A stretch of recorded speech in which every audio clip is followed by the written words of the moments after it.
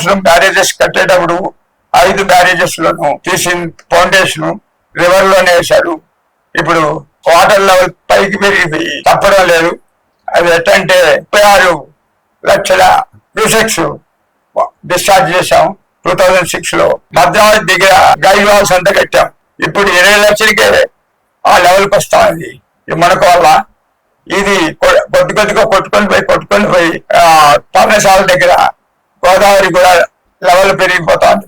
పాఠం లెవెల్ మనకు పోలవరం కానీ పూర్తిగా ఇదైనప్పుడు ఈ ఫ్లడ్ ఆ నీళ్ళ మీద పోవాలి కాబట్టి భద్రావతి దగ్గర కొంత కొనుక్కుంటుంది. కానీ మనం నోవే కనెక్టెడ్ ఫర్ కర్ణాటక, అది తెలంగాణ మనకి.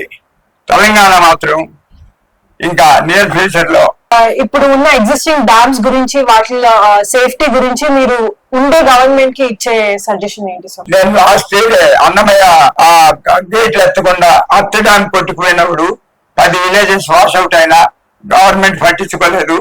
వరల్డ్ బ్యాంక్ టీం వచ్చినప్పుడు డీటెయిల్స్ అంతా చూసిన ఏరియా కొన్ని ఇన్పుట్స్ తీసుకున్నప్పుడు వాళ్ళు చెప్పారు వాళ్ళు మన సెంట్రల్ గవర్నమెంట్ కి గేట్లు ఇదే మరి మెయింటైన్ చేయకపోతే 2030లో డ్రింకింగ్ వాటర్ ఉండదని ఇచ్చారు.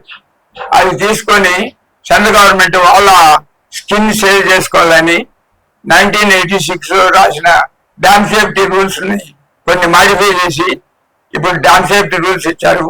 ఒరిజినల్ 1986 డ్యామ్ సేఫ్టీ డ్రాఫ్ట్ ప్రకారం అడ్మినిస్ట్రేషన్ కోసం రెస్పాన్సిబుల్, అది తీసేసి ఓన్లీ ఇంజనీర్లు రెస్పాన్సిబుల్ చేశారు.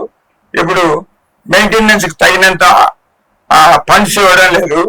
ఇచ్చిన ఫండ్స్ కూడా వాళ్ళ విఐపి విజిట్స్ సరిపోవడం లేదు.